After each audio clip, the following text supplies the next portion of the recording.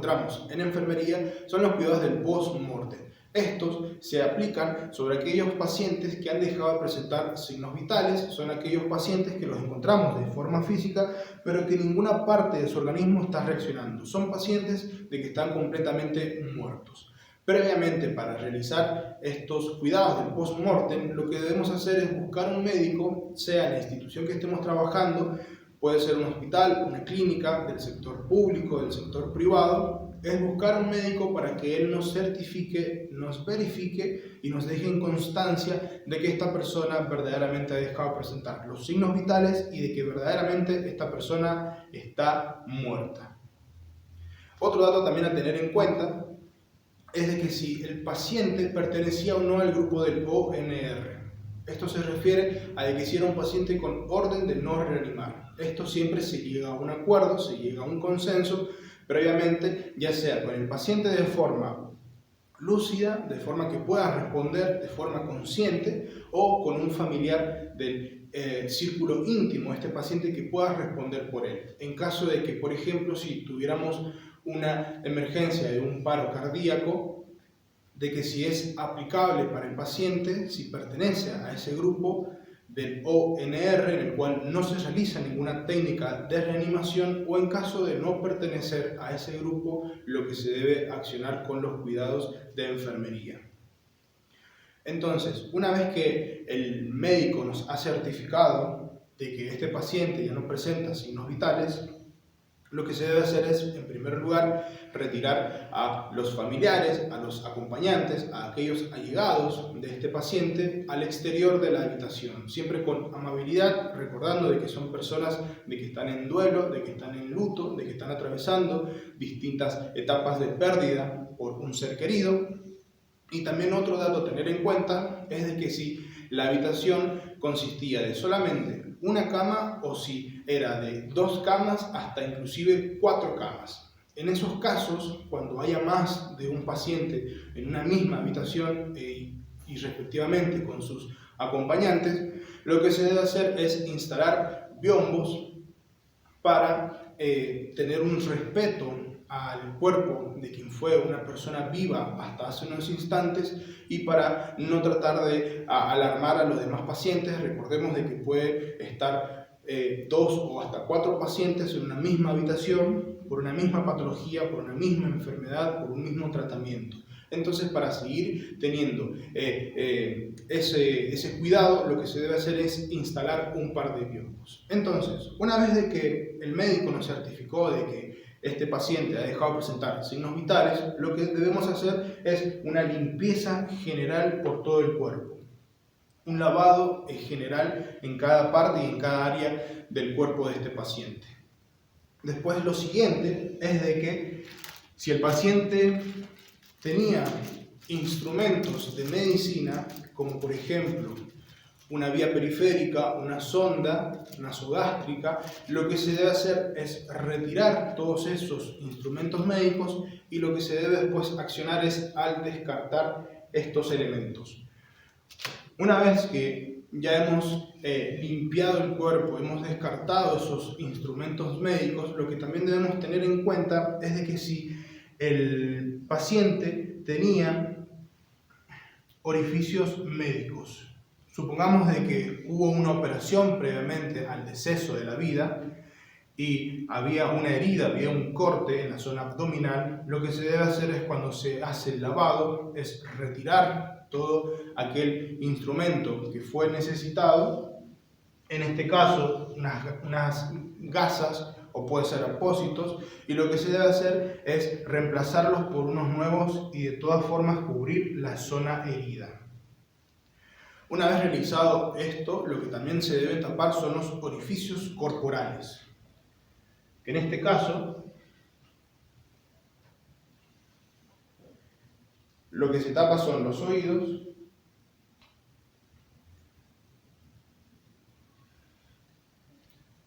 las fosas nasales,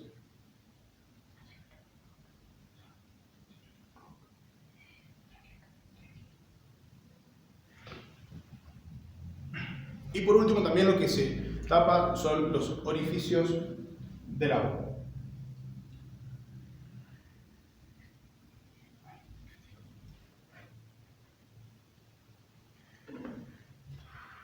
En caso de que la persona tenga los ojos abiertos, lo que se debe utilizar es una gasita mojada con un poco de alcohol, y lo que se debe hacer es presionar sobre los ojos por unos instantes hasta que estos queden completamente cerrados. Una vez ya cerrados los ojos, lo siguiente que debemos hacer es, con la ayuda de una venda, es colocarlo por debajo del maxilar inferior hasta la parte superior de la cabeza y lo debemos atar. Esto nos sirve para que la boca se mantenga cerrada y no se vea la presencia de algodón dentro de ella. Una vez terminado con la mandíbula, lo posterior que debemos hacer es juntar los miembros superiores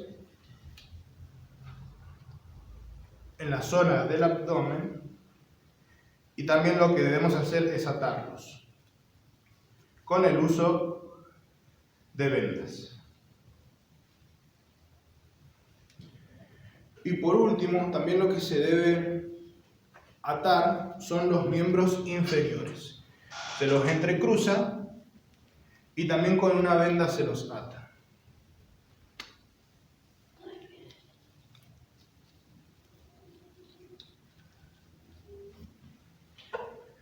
Otro dato también a tener en cuenta: en el tapado de los orificios corporales, uno de ellos, en el caso de los hombres, es el ano, y en el caso de las mujeres es el ano y la vagina. Estos orificios se deben tapar porque el cuerpo, por más de que ya no presente signos vitales, que sea un cuerpo que esté muerto, tiende a seguir largando líquidos, a seguir largando fluidos, y por ende se deben tapar todos los orificios. Así como también, recién lo mencionamos, en caso de que haya un orificio médico, como fue en este caso, por ejemplo, un corte en la zona del abdomen. Una vez ya terminado con atar los miembros superiores, los inferiores, la boca, lo que es la mandíbula, lo que debemos hacer ahora es la técnica del amortajamiento, en el cual se debe utilizar una sábana colocada previamente en forma de rombo, y se debe empezar a enrollar en sí misma.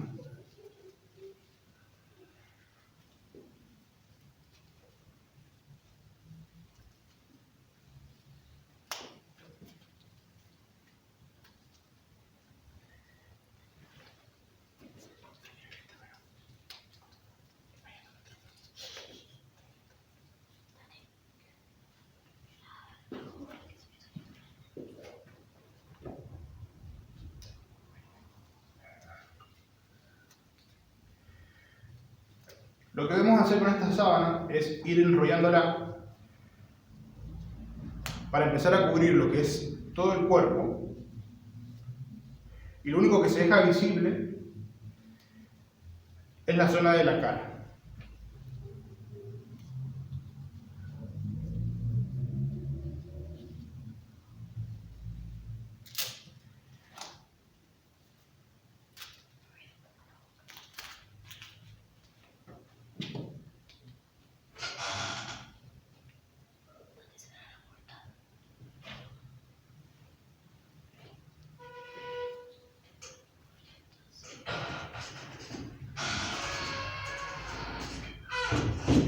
Para ya ir terminando con los cuidados del post-mortem, una vez que empezamos a terminar de enrollar lo que es todo el cuerpo del paciente, inclusive en la zona de los pies,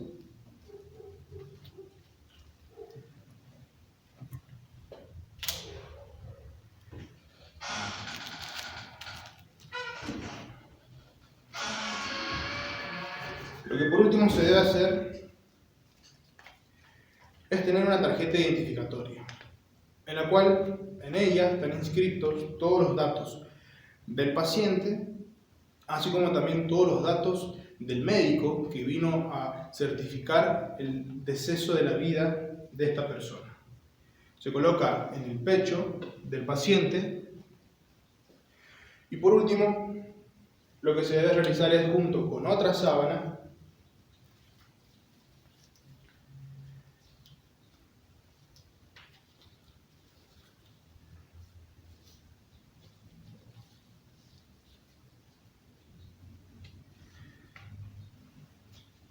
es colocarla por encima del cuerpo hasta la zona de los hombros. Y todo esto serían los cuidados del post-mortem.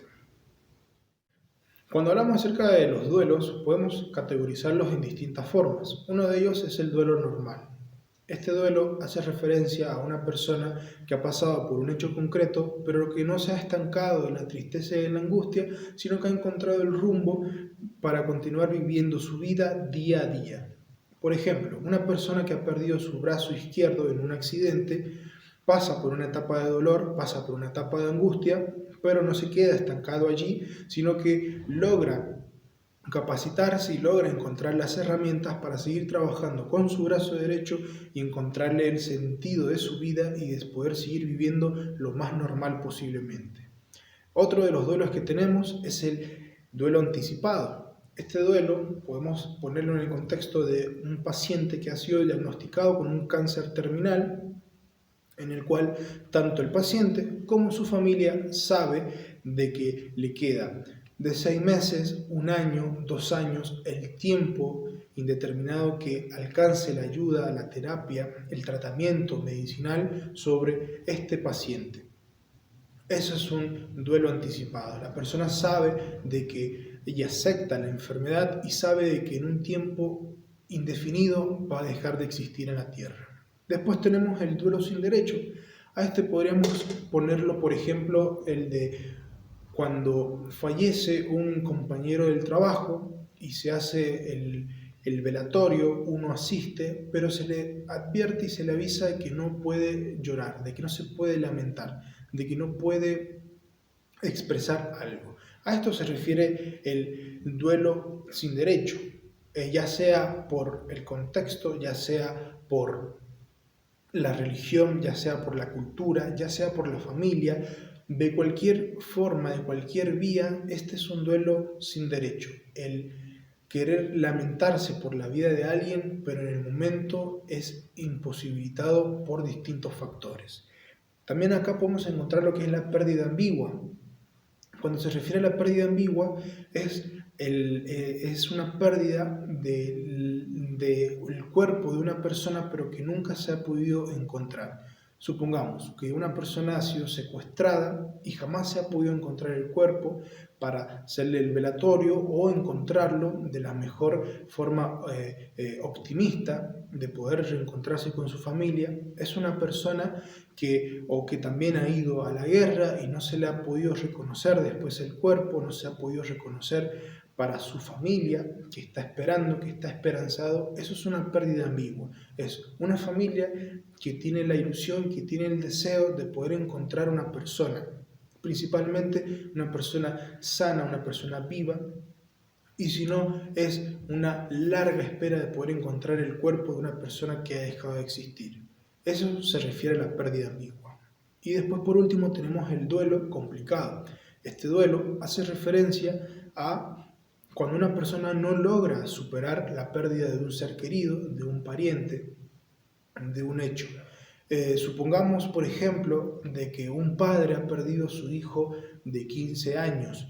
El padre, en la angustia, en el duelo, en el lloro, en el temor, el padre no logra volver a reactivarse en su vida y seguir continuando pese a la falta de un hijo, sino que el padre queda estancado en todos esos problemas. Y hasta incluso hay pensamientos de suicidio, hay pensamientos de quitarse la vida, hay pensamientos hasta incluso de culpa de por qué pasó eso con su hijo y no con él.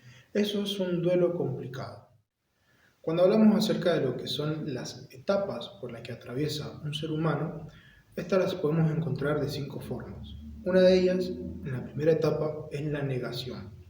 Es cuando una persona se niega a recibir un diagnóstico, o se niega, mejor dicho, a aceptar el diagnóstico que se le ha otorgado, o también cuando una persona se niega a de que un ser querido, un pariente, un amigo, un familiar, ha dejado de existir en la Tierra. Esa es una de las primeras etapas. Como segunda etapa encontramos la ira. La persona, de alguna forma, para desquitarse, lo hace con rabia, con enojo, de no querer aceptar eso que le han diagnosticado o no querer aceptar la pérdida. Entonces, la primera reacción corporal que tiene una persona es enojarse. Una tercera etapa es la negociación. Esto sucede cuando a alguna persona se le ha diagnosticado algo, un problema, o cuando un familiar quiere entablar una negociación, ya sea algo espiritual, ya sea algo religioso, ya sea incluso algo con algún tratamiento médico. El querer negociar de que una persona, si se sana de esta enfermedad terminal, empieza a realizar acciones de buena fe, o de que si tal padre o tal madre, o que si el hijo de tal persona se sana o logra conseguir atravesar una etapa difícil, empieza a realizar algún acto de buena fe. Todos estos tipos de negociaciones se encuentran en esta tercera etapa, que valga la redundancia, se llama negociación. Es entregar algo para poder conseguir un beneficio para ya sea el paciente o para alguna ocasión en especial. Después lo que encontramos en la cuarta etapa es la depresión.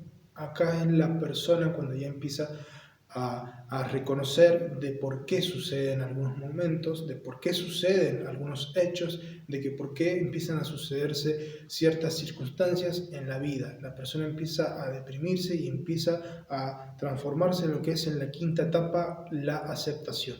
La persona acepta de que está atravesando por una enfermedad crónica, por una enfermedad mortal, así como también una persona acepta de que tal persona ya ha dejado de existir, de que tal persona ya no se va a poder ni hablar ni poder volver a verle, porque esa persona está completamente muerta. Estas son las 5 etapas por las que puede atravesar un paciente o la que puede atravesar una persona. Otro de los cuidados que encontramos en la enfermería son los cuidados paliativos. Estos cuidados hacen referencia a abordar sobre tanto los pacientes, que puede ser un adulto o un niño, así como también a los familiares del entorno de este paciente afectados con una enfermedad terminal. Los cuidados paliativos, lo que mayormente tratan de hacer, o la eficacia que se busca, es conseguir reducir lo más posiblemente la enfermedad, la angustia, la tristeza, el dolor que está pasando una persona con un problema terminal, con una enfermedad terminal, así como también todo el dolor y la angustia que pueda estar atravesando la familia que rodea el círculo interno de este paciente.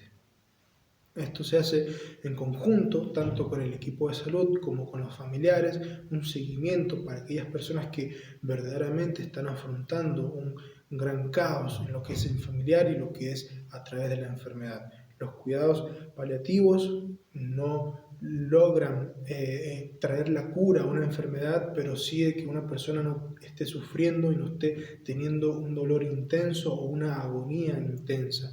Lo que, en otras palabras, lo que se busca es de que el paciente logre tener una muerte digna, ya sea en su hogar, ya sea en una clínica, en el hospital, en una institución, en algún lugar en donde esté esta persona afrontando su enfermedad. Lo que se busca con estos cuidados paliativos es de tratar de luchar contra ese dolor, contra todas esas emociones que hacen deprimir al paciente, y encontrarle una mejora para poder afrontar los distintos duelos, las distintas etapas que suceden dentro del paciente, así como también de lo que sucede dentro de los familiares.